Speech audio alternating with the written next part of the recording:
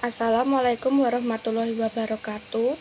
Perkenalkan, kami dari kelompok 1 ingin mempresentasikan hasil kerja kelompok kami yang beranggotakan 1. Setiani Nurhandayani, 2. Anggun Aprilia, 3. Anhar Nur Hidayah, 4. Salsabila Wahyuni Fisilia, 5. Muhammad Reza Hakam, 6. Kidung Kinanti Hastaning Sasti, 7. Ruby Fatanu Wijaya. Kami akan mempresentasikan tentang sumber-sumber kebenaran berupa ilmu, filsafat, agama, dan bagaimana peran agama bagi manusia. Yang pertama adalah ilmu. Pengertian ilmu. Ilmu berasal dari kata bahasa Arab ilm, Inggris science, Belanda wetenschap, dan Jerman Wissenschaft. Ilmu merupakan hal yang urgent dalam kehidupan manusia di dunia agar manusia meningkat kualitas dan kemampuan diri serta mengangkat eksistensinya. Pengertian ilmu menurut pakar luar negeri yaitu R. Hare. Definisi ilmu menurut Hare adalah kumpulan teori-teori yang sudah diuji coba yang menjelaskan pola teratur ataupun tidak teratur di antara fenomena yang dipelajari sehari-hari. Dan pengertian ilmu secara umum adalah suatu pengetahuan tentang objek tertentu yang disusun secara sistematis, objektif, rasional, dan empiris sebagai hasil. Fungsi ilmu menurut Descartes. Fungsi ilmu pengetahuan agar supaya mengetahui dan dapat membedakan antara yang benar dan palsu. Fungsi menurut RBS Budiartanto, dosen psikologi Universitas Gadjah Mada, Yogyakarta, menyebutkan ada 4 macam fungsi ilmu pengetahuan, yaitu 1. Fungsi deskriptif, menggambarkan, melukiskan, dan memaparkan suatu objek atau masalah sehingga mudah dipelajari oleh peneliti. B. Fungsi pengembangan, melanjutkan hasil penemuan yang lalu dan menemukan hasil ilmu pengetahuan yang baru. C. Ilmu prediksi, meramalkan kejadian-kejadian yang besar kemungkinan terjadi sehingga manusia dapat mengambil tindakan yang perlu dalam usaha menghadapinya. G. Fungsi kontrol, berusaha mengendalikan peristiwa yang tidak dikehendaki. Ciri ilmu pengetahuan menurut De Liangji 1987. Ilmu pengetahuan dicirikan 1. Empiris, artinya pengetahuan diperoleh berdasarkan pengamatan dan percobaan. 2. Analitis, artinya pengetahuan ilmu berusaha membeda-bedakan pokok soalnya dan peranan dari bagian-bagian itu. 3. Sistematis, artinya berbagai keterangan dan data yang tersusun sebagai kumpulan pengetahuan itu mempunyai hubungan yang teratur. 4.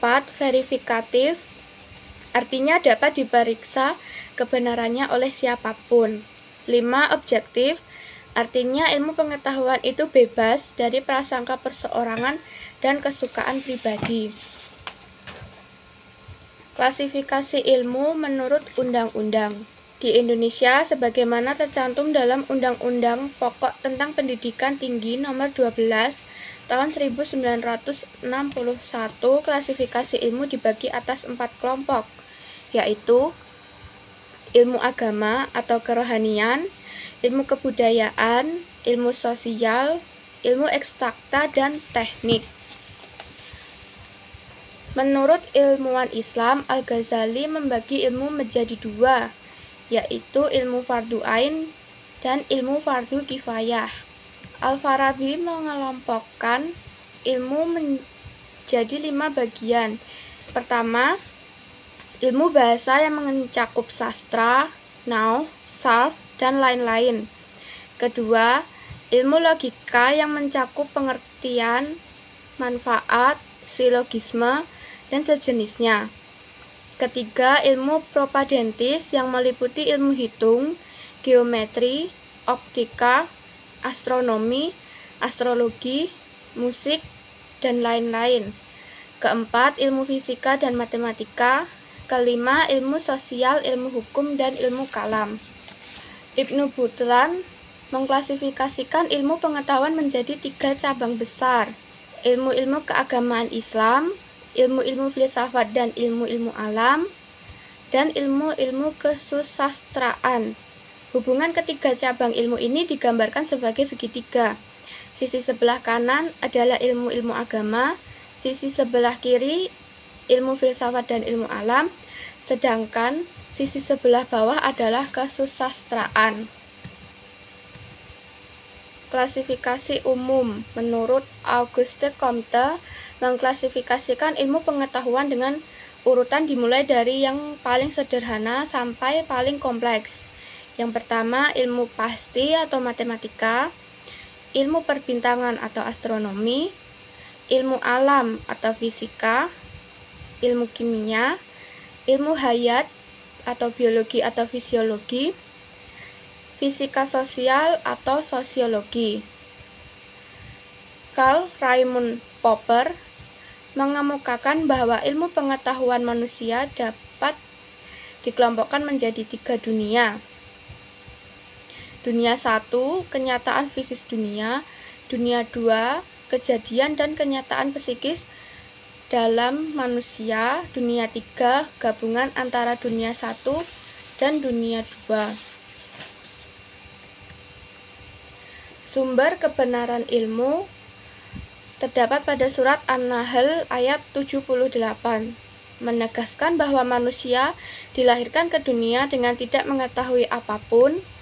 Kemudian Allah memberikan atribut pelengkap berupa pendengaran, penglihatan, dan hati atau akal pikiran yang dapat digunakan untuk menuntut ilmu.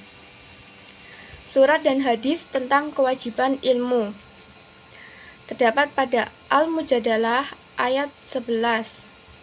Artinya, hai orang-orang beriman, apabila dikatakan kepadamu, berlapang-lapanglah dalam majelis, maka lapangkanlah, niscaya Allah akan memberi kelapangan untukmu. Dan apabila dikatakan berdirilah kamu, maka berdirilah. Niscaya Allah akan meninggikan orang-orang yang beriman di antaramu dan orang-orang yang diberi ilmu pengetahuan beberapa derajat. Dan Allah Maha mengetahui apa yang kamu kerjakan.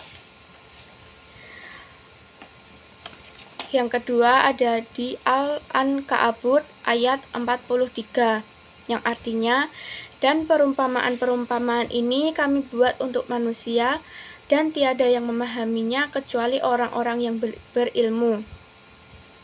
Salah satu keutamaan menuntut ilmu adalah membuat kita lebih takwa kepada Allah Subhanahu wa Ta'ala. Hal ini tertulis dalam hadis yang artinya barang siapa menempuh satu jalan atau cara untuk mendapatkan ilmu, maka Allah pasti mudahkan baginya jalan menuju surga. Kewajiban menuntut ilmu. Kewajiban menuntut ilmu dibagi menjadi wajib ain dan wajib kifayah. Wajib ain artinya kewajiban menuntut ilmu ditujukan pada setiap individu. Hal ini berarti tidak akan gugur kewajibannya bagi tiap individu bila tidak dilaksanakan. Terdapat 3 ilmu yang dimaksud adalah 1. Ilmu tauhid, 2. Ilmu fikih, 3. Ilmu tasawuf. Sementara maksud dari wajib kifayah adalah sebuah perintah wajib yang ditujukan kepada sebuah kelompok, bukan individu. Artinya, kewajiban dari sebuah kelompok tersebut dianggap gugur bila salah satu dari kelompok tersebut mengerjakannya. Ilmu yang dimaksud dalam hukum wajib kifayah adalah ilmu yang berfungsi untuk kesejahteraan manusia. Misalnya ilmu hadis, ilmu tafsir, ilmu bahasa Arab, ilmu usul fikih, ilmu hitung, ilmu kedokteran, ilmu kontraktor, ilmu biologi, ilmu pertanian, dan sebagainya. B. Filsafat. Materi pertama, pengertian filsafat. Di era globalisasi seperti sekarang, perkembangan ilmu pengetahuan sudah sangat cepat sekali. bahkan hampir tidak bisa terbendung. Tentunya, semua itu tidak luput dari pemikiran dan kajian kritis dari individu maupun suatu kelompok yang tentunya sudah dijunjung tinggi kebenarannya, dan juga kita bisa sebut dengan filsafat. Kata filsafat tentunya tidak asing lagi bagi manusia zaman sekarang, dikarenakan filsafat dan ilmu pengetahuan saling berkaitan antara keduanya. Untuk filsafat sendiri menurut bahasa, kata filsafat dalam bahasa Arab juga dikenal dengan istilah falsafah, dan dalam bahasa Inggris juga dikenal istilah filosofi, serta dalam bahasa Yunani dapat kita kenal dengan istilah filosofia. Kata filosofia tadi sendiri terdiri atas kata philen yang berarti cinta atau love, dan sophia yang berarti kebijaksanaan atau wisdom. Sehingga secara etimologi, istilah filsafat berarti kebijaksanaan atau love of wisdom dalam arti yang sedalam-dalamnya. Kata filsafat menurut istilah, filsafat juga bisa berarti cinta yang cenderung pada kebijaksanaan dalam melakukan sesuatu di kehidupan sehari-hari. Filsafat juga dapat diartikan secara luas, yang mana seperti halnya peraturan atau kebijakan manusia yang selalu atau biasa dilakukan atas dasar kecintaan atau kesukaan dari masing-masing individu. Pengertian filsafat secara umum sendiri sangatlah banyak, yang mana hampir semua pendapat dan arti mempunyai inti yang hampir sama. Salah satunya yang saya kutip dari suatu website, pengertian filsafat menurut umum yang berarti suatu kebijakan hidup atau filosofi untuk memberikan suatu pandangan hidup yang menyeluruh berdasarkan refleksi atas pengalaman hidup maupun pengalaman ilmiah dengan menggunakan akal dan logika pikiran manusia. Sedangkan menurut KBBI sendiri, filsafat juga berarti pengetahuan dan penyelidikan dengan akal budi mengenai hakikat segala yang ada, sebab, asal, dan hukumnya. Tidak luput juga menurut para ahli pasti mempunyai pendapat yang berbeda-beda dengan yang lain tentang filsafat itu sendiri. Dikarenakan banyaknya pendapat dari para ahli, saya mengutip beberapa pendapat yang populer yang ada di kalangan masyarakat. Salah satunya menurut Jujun S.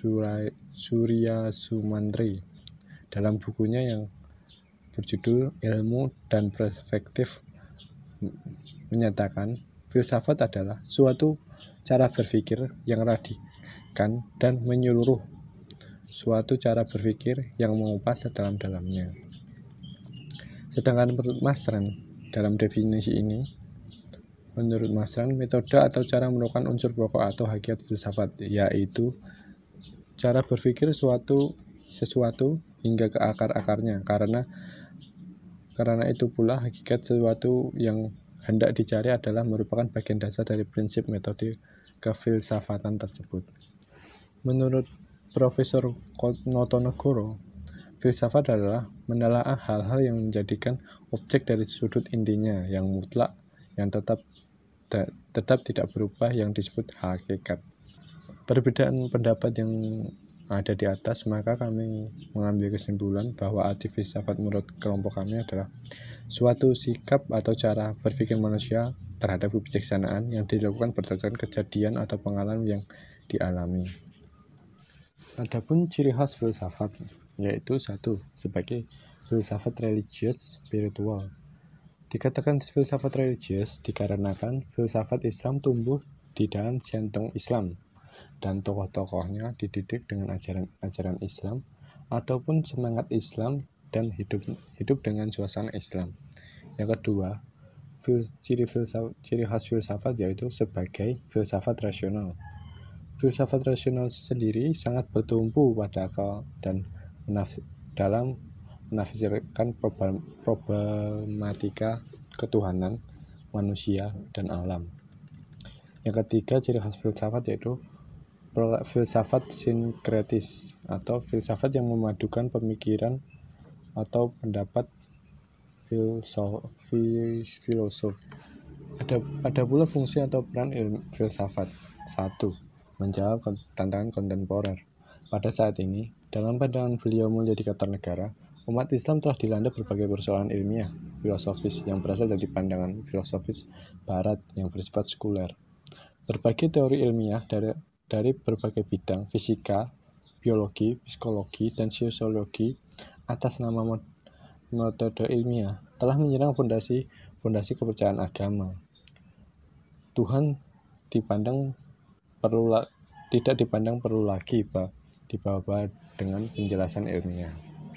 Misal bagi Lepes, kehadiran Tuhan dalam pandangan ilmiah hanyalah menempati posisi hipotesa, dan ia mengatakan secara saintis tidak memerlukan lagi hipotesa tersebut karena alam bisa dijelaskan secara ilmiah tanpa harus merujuk kepada Tuhan.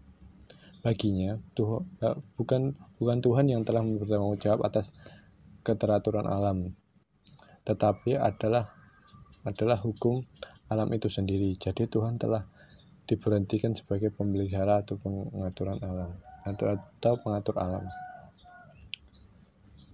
Sedangkan menurut Emil Durkheim menyatakan bahwa apa yang kita sebut Tuhan ternyata adalah masyarakat itu sendiri yang telah mempersonifikasikan dari nilai-nilai sosial yang ada. Dengan demikian, jelaslah bahwa dalam pandangan sains modern, Tuhan tidak memiliki tempat yang spesial, bahkan lama-kelamaan dihapus dari wacana ilmiah. Tantangan lain juga terjadi di bidang lain seperti bidang spiritual, ekonomi, radikologi. Tentu saja tantangan seperti ini tidak boleh kita biarkan tanpa kritik atau respon kritis dan kreatif yang dapat dengan baik menjawab tantangan-tantangan tersebut secara rasional dan elegan, dan tidak semata-mata bersifat dogmatis dan otoriter. Dan disinilah beliau melihat bahwa filsafat Islam bisa berperan sangat aktif dan signifikan. Yang kedua, filsafat sebagai pendukung agama. Berbeda dengan konsep Al-Ghazali di mana filsafat dipandang sebagai lawan bagi agama. Beliau, mulia diktator melihat filsafat bisa kita jadikan sebagai mitra atau pendukung bagi agama. Dalam keadaan di mana agama mendapat serangan yang gencarnya dari sains dan filsafat modern, filsafat Islam bisa bertindak sebagai pembela atau tameng bagi agama dengan cara menjawab serangan sains dan filsafat modern terhadap agama secara filosofis dan rasional. Adapun sejarah filsafat Islam, walau banyak orang mengakui bahwa filsafat Yunani sangat berpengaruh pada perkembangan filsafat Islam, tetapi banyak orang yang belum mengetahui bahwa filsafat Islam tidak didasarkan atas filsafat Yunani. Hal itu didasarkan adanya 3 faktor, yaitu pertama, berguru tidak berarti menunjukkan pengulangan. Yang kedua, setiap pemikiran tidak lepas dari konteks kebudayaan masing-masing. Yang ketiga, kenyataan yang ada menunjukkan bahwa pemikiran rasional lebih dulu mapan sebelum datangnya filsafat Yunani. Berawal dari itulah filsafat Islam terlahir dikarenakan tradisi Islam itu sendiri dan upaya para ilmuwan muslim untuk menyampaikan dan menjelaskan ajaran kitab sucinya, yaitu Al-Quran dan As-Sunnah. Ada 3 upaya ilmuwan muslim yang relevan dengan penerapan filosofis, yaitu dengan menggunakan metode takwil, penjelasan makna mustarok, dan qiyas. Dari situlah mulai berkembang metode dan pemikiran rasional filosofis dalam Islam jauh lebih sebelum datangnya filsafat Yunani lewat proses penerjemahan. Namun, perkembangan filsafat Islam tentunya belum bisa berjalan dengan mulus dikarenakan banyak faktor. Salah satunya saat filsafat dikembangkan karena dibutuhkan untuk menjawab problem-problem baru yang membutuhkan pemikiran rasional. Kemudian ditolak pada masa Ibnu Hanbal karena ada kasus-kasus tertentu yang dinilai dinilai menyimpang, apalagi masuknya pemikiran filsafat Yunani lewat proses penerjemahan. Setelah itu, pemikiran filsafat dikembangkan kembali pada masa Al-Farabi dan Ibnu Sina. Kemudian ditolak dan dianggap dapat menyebabkan kekufuran pada masa Al-Ghazali. Dibela pada masa Ibnu Rushd dan akhirnya berpindah jalur bersinergi dengan tasawuf pada masa Surhawardi dan Ibnu Arabi. Tradisi pemikiran filsafat akhirnya berhenti dalam dunia Sunni, tetapi tetap masih berkembang dengan baik dalam lingkungan masyarakat Syiah. Dalil tentang filsafat dalam Al-Quran. Di dalam Al-Quran sendiri memang tidak dikemukakan kata filsafat, karena Al-Quran dituturkan dalam bahasa Arab, sedangkan filsafat berasal dari kata Yunani. Al-Quran hanya banyak menyebut kata hikmah yang berakar sama dengan filsafat Allah Al-Hakim atau Allah yang Maha Bijaksana.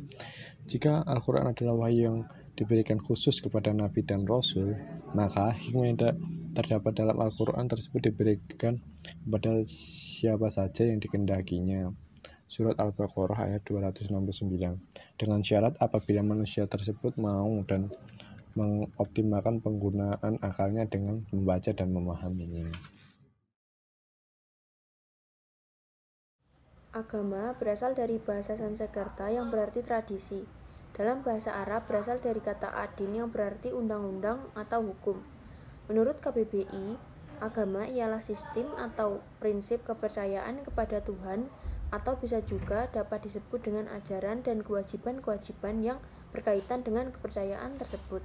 Menurut Mukti Ali M. Sastra Prateja, pengertian agama sulit untuk dibicarakan karena ada perbedaan-perbedaan dalam memahami arti agama tersebut dan penerimaan agama terhadap suatu usaha untuk memahami negara. Lalu menurut Harun Nasution, agama tersusun dari dua kata, yaitu a berarti tidak dan gama berarti kacau. Bila disatukan menjadi tidak kacau, artinya orang yang memiliki agama maka kehidupannya akan terarah. Klasifikasi agama dibagi menjadi dua, yaitu agama wahyu dan agama budaya.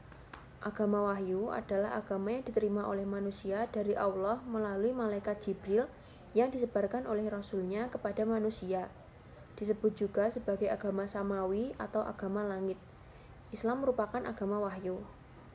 Agama budaya adalah agama yang bersumber dari ajaran seorang manusia yang dianggap mempunyai pengetahuan yang mendalam tentang kehidupan. Disebut juga sebagai agama ardi atau agama bumi. Ciri-ciri agama. Ciri-ciri agama wahyu. Yang pertama, disampaikan oleh manusia yang dipilih Allah sebagai utusannya. Yang kedua, memiliki kitab suci yang bersih dari campur tangan manusia. Yang ketiga, ajarannya serba tetap.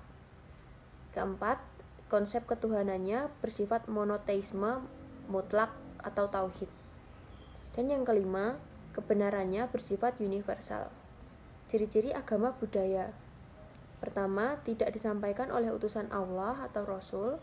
Kedua, umumnya tidak memiliki kitab suci. Kalaupun ada, akan mengalami perubahan.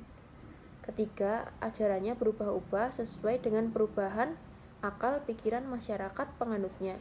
Dan yang keempat, konsep ketuhanan bukan monoteisme. Jika diperhatikan dari ciri-ciri dan kelompok agama di atas, hanya agama Islam yang memenuhi syarat sebagai agama wahyu, sedangkan yang lain selain Islam tidak. Hal tersebut dikuatkan dengan firman Allah dalam Quran surat Ali Imran surah 3 ayat 19 yang artinya, sesungguhnya agama di sisi Allah ialah Islam. Tidak berselisih orang-orang yang telah diberi kitab kecuali setelah mereka memperoleh ilmu, karena kedengkian di antara mereka. Lalu surat-surat mengenai agama. Yang pertama ada surat Ali Imran ayat 19. Dan yang kedua ada surat An-Nisa ayat 125 yang artinya, dan siapakah yang lebih baik agamanya daripada orang yang dengan ikhlas berserah diri kepada Allah, sedangkan dia mengerjakan kebaikan dan mengikuti agama Ibrahim yang lurus, dan Allah telah memilih Ibrahim menjadi kesayangannya.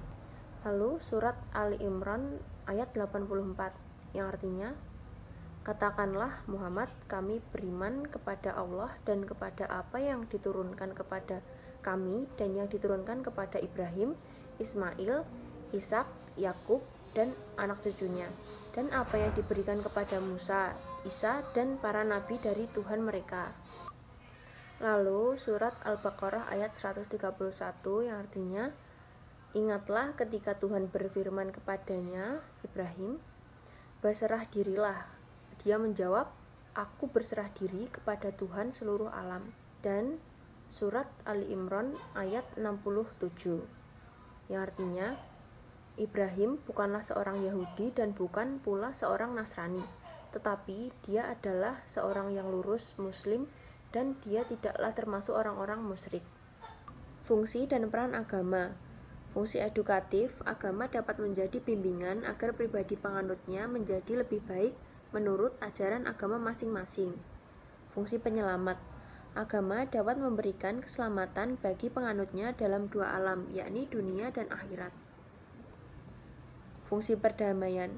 Melalui agama, seseorang yang bersalah atau berdosa dapat mencapai kedamaian batin melalui tuntutan agama.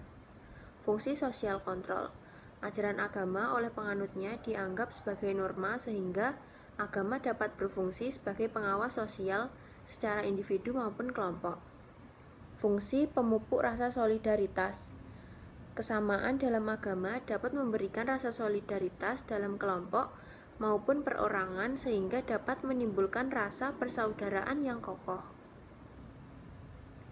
Fungsi transformatif. Ajaran agama dapat mengubah kehidupan atau kepribadian seseorang atau kelompok menjadi kehidupan baru sesuai dengan ajaran agama yang dianutnya. Fungsi kreatif.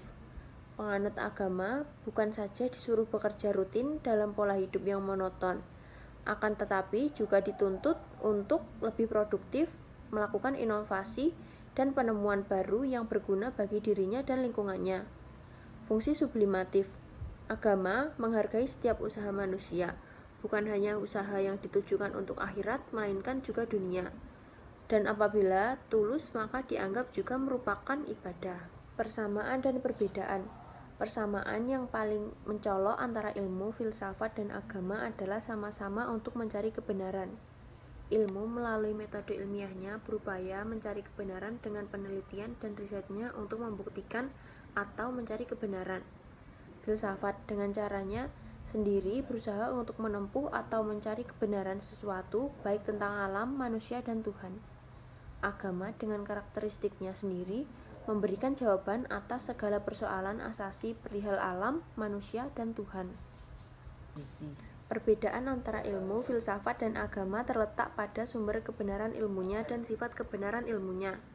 Kebenaran ilmu pengetahuan dan filsafat sumbernya adalah dari hasil akal budi atau rasio manusia, sedangkan agama bersumber dari wahyu Tuhan. Baik kebenaran ilmu maupun kebenaran filsafat, keduanya bersifat relatif, sedangkan kebenaran agama bersifat mutlak karena ajaran agama adalah wahyu yang maha benar dan yang maha mutlak. Sekian presentasi dari kelompok kami. Apabila ada salah kata, mohon maaf. Wassalamualaikum warahmatullahi wabarakatuh.